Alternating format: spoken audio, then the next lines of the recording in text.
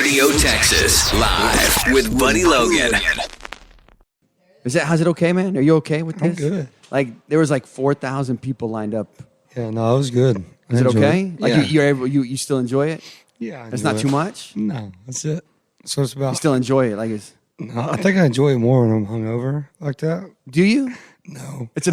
Are you hungover right now? Yes, but I'm back to normal. I've been drinking a little bit, so You feel good? I feel good. All right. Koe Wetzel hanging out with us tonight. It's Radio Texas Live. I'm Buddy Logan. All right, El Paso, it's out. It's been out for, I don't know, a month or so? I think it's like 2 weeks. Is that it? Yeah, when did it come out? Like 2 weeks? Yeah, no, it hasn't been that long. Okay, it's been out like 2 weeks. It's got a great grunge, 90s, late 90s, early alt rock, 2000s alt rock. It may touch on country here and there, Koe, but it's nothing obviously country about it. Yeah, I told y'all that. I told y'all it wasn't gonna be country music. Are you tired of having to tell people that? It's like, what is this about? Like, why do you have to keep saying that over and over? It's kind of like a conversation starter, and also it pisses people off at the same time. They're like, this is not country music. I'm like, I know that. I've told y'all that multiple times, and y'all refuse to listen. So, but no, we had some country-ish songs on the record. Yeah. We got this out. We got this out of the way. The sound that we've been doing. So now it's time to dig into the country genre. And it's happening. And it's happening. Dude, you can't come back from this right now.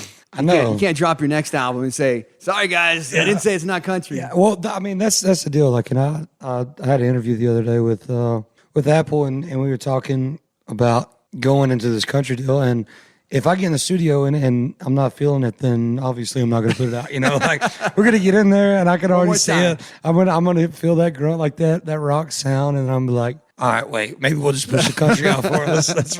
Let's make some more of this sound stuff. So that's what it is. It just feels good right now. Yeah, it feels good. It feels like at the right time. So, yeah, I mean, we're gonna give it hell and see what we come up with. Koe Wetzel hanging out with us, Radio Texas Live, and El Paso, man, it is good. All your albums have been good, but it seems like you found a next level. I don't know what it is, but somehow you connect with people, or people connect with you.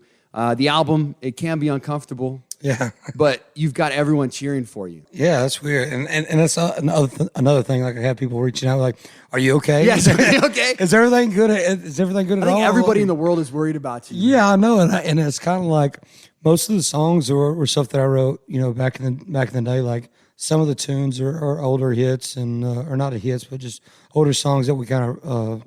Circled back around to. But yeah, I'm fine. I'm good. Everybody, don't worry about Koe. Yeah, don't worry about Koe. No, I got a bunch of good people around me, and they watch over and take good care of me. So even fans, man, like it's like every dude thinks you're their little brother, and they got to stick up for you. And every girl thinks she can save you. Hell, yeah. I think I can save you. I think I can save you. But it's clear with El Paso, Koe saves Koe. Yeah, sure. I think you've made that clear. You got this. Yeah, it was just kind of like I don't know. It was very unapologetic, super raw, super real, and it was something that I like to do with the music. You know, like I don't like to hold anything back, and El Paso definitely did that. But no, I appreciate everybody reaching out and being like, "Hey, are you good?" Like, so I never have to worry about that. Yeah, no, I'm straight. The record was. It is what it is, man. I just wanted to reach out to anybody that's going through stuff like that, you know, and help them out, and hopefully it helps them, get through the next day. So, but yeah, all good on the whole front. You're okay. Koe's okay. Koe's dude. There's been so much growth. Like each album, you see the growth. Do you feel it? I mean, yeah, in a sense. Like obviously, I never want to go backwards, but with this one for sure, it was. I felt the growth because it was something that we'd never done before. You know, it was something that was rock and. You know, we're used to kind of touching on rock music and the alternative style. But with this one, we went all out and did stuff out of the norm, stuff we're not used to, stuff that people aren't used to hearing from us. Or do you have a favorite song? Obviously, Yellow Bush Road.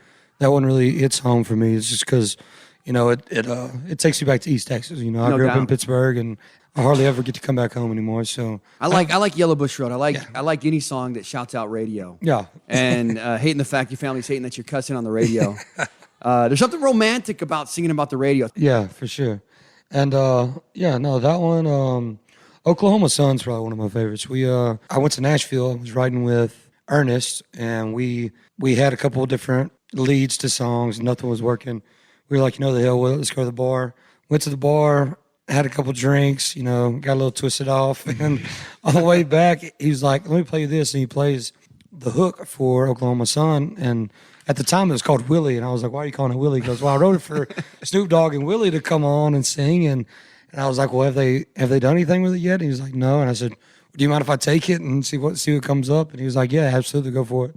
So how much of the song did you write? Is it a lot of? So it was just the hook. It was just I'm waiting on the storm, and I just went in and put the verses over the top of it, and it turned out to be one of my favorites on the record. It's a good one. And talking about growth, took a look in the mirror, didn't like what I see, and it's obvious that you're reflective in this album. Yeah, for sure. Did you feel like you're in a different point in your life? I mean, you just turned 30. I guess this was mostly written before you were 30. Well, yeah, everything. Yeah, it was before I was 30, and man, I don't know. There's like everything that I write, usually like what's going on at that time, or past experiences, or experiences from my friends, or people that I'm around, that are going through things. So I'll just take stuff from their lives and try to put my perspective on it. You know what I mean? Koe Wetzel hanging out with us, Radio Texas Live. So I saw some pics. I saw a pic of that guy proposing to his girlfriend in front of you at a meet and greet. Your reaction was great, dude. It was so genuine. Like I think you were more excited and happy than the girl was. Yeah. Well, we've had like 2 or 3 people do it, and usually they'll be like, "Oh, hey, listen, I'm gonna propose to my girlfriend or my girl," and I've had some girls come up like, "I'm about to propose to my boy," and I'm like, "All right, do what you gotta do," But that one I wasn't. He just kind of whipped it out on me. I was, whoa, all right, hell yeah, cheers, congrats. And they're like, "Will you marry me?" I was like, "Well, I got to go get ordained first." But, are you gonna do it? Probably not. Probably not. No, it's too much. It's too hard. I'm terrible with a microphone in my hand. I'm either singing a song or I'm telling a story, and I'm terrible at telling stories. So you tell great stories, man. Yeah, I know. You come with some wild ones. What's the wildest things that were happening at a meet and greet? Man, no, I get a lot of older women that try to kiss me and stuff. And I was like, and depending on how drunk I am, I'll kiss like one lips, back. like lips. Oh yeah, full on wet sloppy stuff, And I'm kind of sitting there and it's like, well, where's your husband at? Yeah, right. Has anybody ever shown you a completely inappropriate co-inspired tattoo? Yeah, I've had one girl. We were doing a meet and greet, and she just dropped her pants right there. And there it was, plain as day. I had Koe on one cheek and Wet's on the other. Really? I was like, shout out to you. Was it your logo or was it a signature? No, it was. I guess like she took from all my albums. I usually sign the front of them. Uh-huh. It was just a signature. It was Koe on one side and Wet's on the other, and I was like. Like full cheek, like took up the full cheek. Or it was. I mean, it was big enough to read, pretty plain. I went to Pittsburgh, so my education level is not so very very good. But no, it was plain as day. Awesome. Cabo, it seems to be like one of the more popular songs off the top, like one that people are really gravitating to. I love it. It's a good song. I'm curious about when it comes to writing songs, how much creative privilege do you take on your own? Like it's Cabo real is what I'm getting at. Yeah. Cabo is. Is it real? It is in a sense, but it's from different time. Like it wasn't just one trip that I went to Cabo, and it was a collaboration. Yeah, it was kind of like a collaboration. And man, we wrote this song probably like 2 or 3 years ago. Kind of sit on it for a while, and then we kind of came up to it for this record. I wanted to do something that was completely different. That one song that just doesn't sound like the rest of the record. Yeah. So I'd been listening to a lot of spaghetti western stuff at that time. It sounds like it, yes. And I was like, so let's kind of bring that into it, And I wrote the song with Nicolette and Aaron, the only co-write I've ever done before. I'm terrible at writing with other people. I'm usually just writing by myself. But we get there and we try to write some stuff. Nothing's working. They're like, well, what'd you do this weekend? I was like, well, let me tell you about my vacation. On this weekend. We were at Cabo, and so I started spitting out ideas. And then kind of from there, it was just kind of going on back on past experiences and just, maybe everything in the story didn't happen in Cabo, but a lot of it did. Yeah. So I know I'm probably getting a lot of people in trouble just talking about it. But they'll be all right. I know, all right. Everybody that I've ever went to Cabo with, like, Koe, just shut the hell up. Just shut up right where you're at now.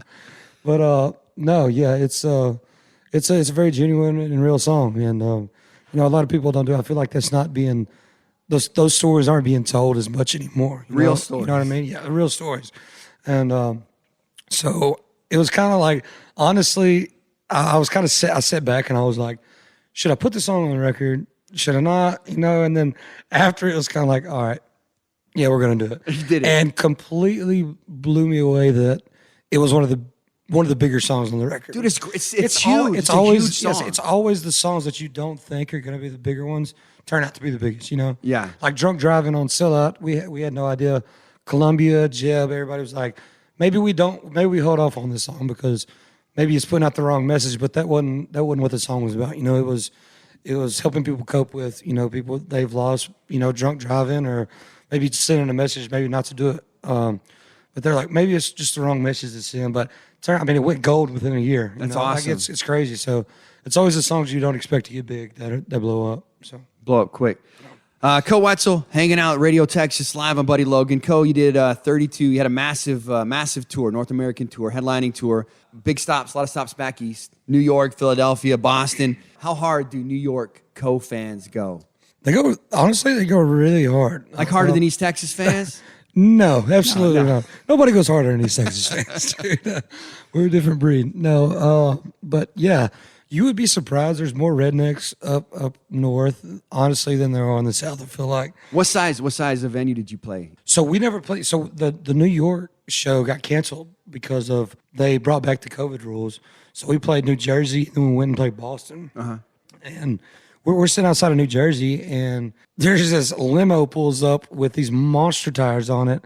You know, like 20 people get out, and they're already drunk as hell, and you know, going crazy, and we get there, and it was wild. Yeah, there's way more crazy redneck folk out there than there are in East Texas, you know, or in the South, you know. So, Any wild stories from back east? Like something you didn't expect, somebody you ran into? Man, honestly, you know me, man. I'll stay out on the road, and I'll get drunk, and I need to keep a journal. I need to start writing a journal. You should journal, man. Dude, you should journal. Yeah, I should, but I don't want to be that dude that's like the 30-year-old guy, the weird dude in the corner that's like, night. Hey, come look at my diary. You know what I mean? Like that's just not cool. It's for posterity. You don't have to show anybody. They'll find it later. Yeah, no, but I need to start writing this stuff down so I can remember it. But my wife journals, and it's the best thing ever really? because she remembers. Like she can go back. Like I hate it honestly because she goes back like 4 years ago. You remember when you said this? Yeah. Like, damn it. No, I don't. I used to journal a lot, honestly. Like, and I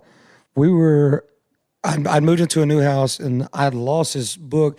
It had like Ragweed and all these other songs that I had wrote, and where I started to write at the time. And I journal. I think the first entry was, we're sitting here at the River Stage with Cody Johnson. We're behind on time right now. And I was like, and then like the next line is like, if we play 3 shows a week, you know, every single week, I'll quit drinking for a little bit.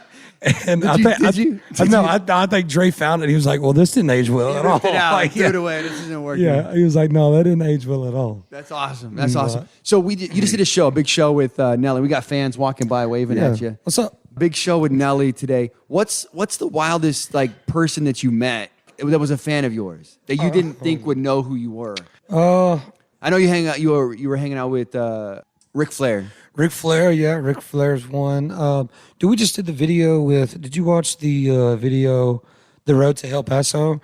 So Lance Bangs, the guy that does all Jackass's stuff, yeah, he came in and we did a entire kind of like a short film with him, and he called me up and he was like, "Hey man, I'm a big fan. Let's try and get this stuff together." And I was like, "Dude, I've been watching you since I was in middle school. Right, you know, this is awesome."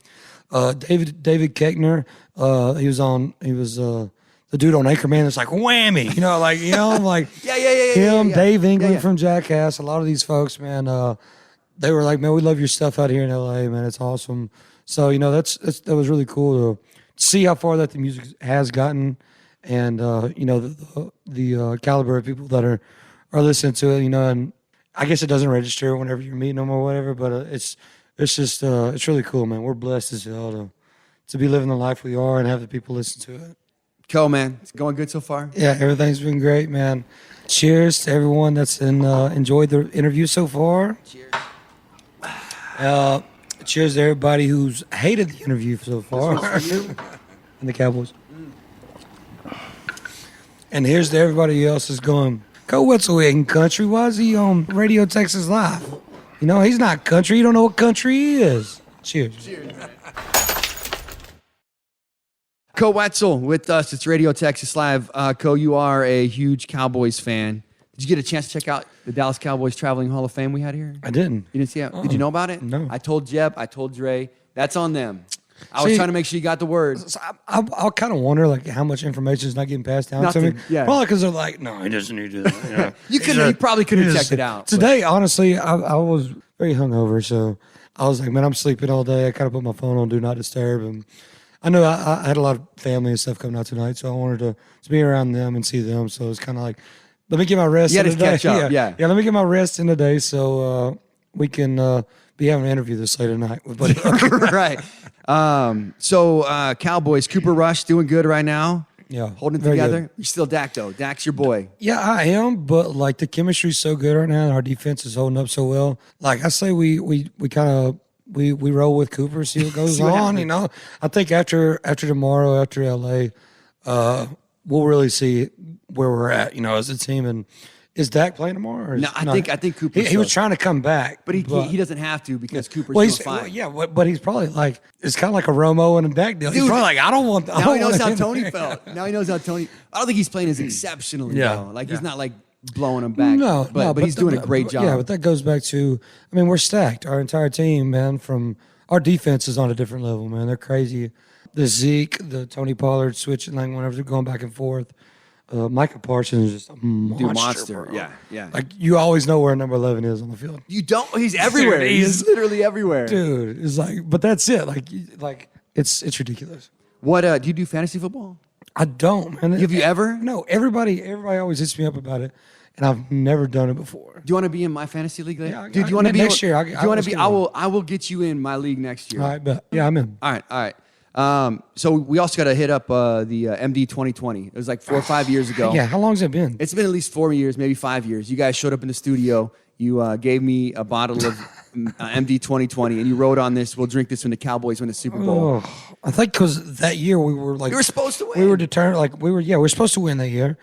Hell, we were supposed to win last year, you know? Like, and I was like, dude, every year. There's no telling how fermented that thing is. Dude, it's nasty. I brought it. It's in my truck, though. I didn't bring it in here. I was gonna actually give it to you so you can check it out. That thing is probably like... It's nasty. Mad MD was nasty 5 years ago. Yes, whenever it was fresh. And now it's just been sitting on the counter. Yeah. There's no telling. Yeah, if they win a Super Bowl, we'll drink it and hopefully not go to jail. No, hopefully not. Be dead. Koe Wetzel with us, Radio Texas Live. So the end of El Paso, you did To Be Continued. Yeah. The pills I'm prescribed came from next door. Maybe, just maybe, they'll make me the man I used to be. But if they don't, cough. Yeah. Done. Can you give us the next? Can we get a couple lines? A couple lines from the Koe Wetzel country song right now. I'm trying to remind you because I know it's dropping it on you. I think it's because if they don't, then I'll take the blame. I know what's right and what's wrong, but it hurts me to say that I'm ashamed. That's it right there. I think that's it. Yeah, that's good, man. Yeah, no. So the song is kind of like a sneak peek for the country record. So that we are going to get 100%. No matter what. We are. I don't know when it's going to come, but we are going to get it. And so that'll be the very first song on the country record. We'll see. Like I said, it might be this year, it might be next year. You know me. You know how I am. Dude, you do whatever you want. Dude, you recorded this album almost a year ago and you just released it. I know. What was the deal with that? Why did it take so long to get it out? We were recording so much we've been doing a lot of, we have to deal with Kodak Black and Diplo going down. So what is going on with that? Because everyone knows that something's happening. Yeah, the song's done. We went to one song. We went to Miami. We did the music video in Miami. That's done. Are you guys killing zombies? No, we're not killing zombies. We're driving around in a Jeep boat. Nice. So we got that, and then I did some stuff with Jelly Roll. We got a song. We haven't put a music video to it, but we just had so many things going on at the same time. We try to space it out to where it's like we had the record, and we have this song and that song. And just to space it out. Yeah, space it out to where, you know, we're constantly putting out music, so people aren't waiting, you know, for more of our stuff. But we have a lot of time off from like January to March, and I'll be in the studio most of all January and February, just making music, man. I told my manager, I was like, dude, book it. Just let me go out there. I'm going back out to Sonic Ranch. And you get out there, dude, it's 13,000 acres, a pecan plantation, just in the middle of nowhere. no bars, no distractions. You know, it's Are you gonna be sober when you go out there again? I know you stopped drinking. yeah. So last time I was out there, so that's what I told him. I was like, man, I'll go out there, let me dry out, and I'm just ready to start writing music and recording and see what comes up. You know, in that amount of time, maybe I could write 2 records. You know, hopefully, but the main focus is the country record, obviously. But you know how I am, dude. I'm very. Dude, you can't not give us a country album again. No, it's coming. It is gonna come. I don't know if it'll be the next record, but it is. I promise you. Oh, here we go. Yeah, I know. That's what Already I'm saying. corral fishing over See, here. I need to stop talking about it because the more I talk about it, that I'm it's gonna be that way, dude. I'm be sitting there, and next thing you know, it's gonna be another El Paso, and everybody's gonna be pissed off. They're gonna be mad. They're gonna be mad. Koe Wetzel with us, Radio Texas Live. Real quick before you get out of here, Parker McCullum. Yep. He's got a new album coming out next year. That's great. Have you heard it? I've heard it. You've heard the entire thing. It's good. Because all we know is like 3 songs. It's really good. Do you know the title of the album? I don't. No, I don't. Did he black it out when he gave it to you? Like he wouldn't even let you see it? No, I can't remember. Maybe he did tell me honestly, and I just forgot. I was like, "Oh man, that's awesome! That's an awesome country name. It's That's awesome the best album, title man. ever. Yes, man. Why didn't I think about that?" And then I just forgot. But no, the record is solid, man. It's really good. I think did he release his new single yet? A Handle on You? That's his A new handle on you, but he's got one.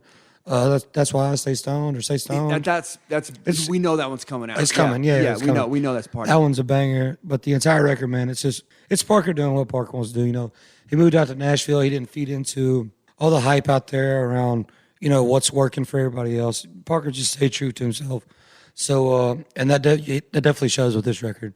So, man, I'm proud of him. If you had any doubt in your mind about Parker McCullum, which nobody really did, but if you did, then this record is going to prove you wrong, no doubt. It's so awesome to see you and Parker, who've been friends for a long time. I guess you guys actually met writing Love. Like Yeah. you met right before you wrote Love together. Yeah. So his tour manager, I was sleeping on his tour manager's couch. One of my good buddies, Jake Murphy, and he was like, "Dude, you got to meet P. He's cool. We go out, we go fishing."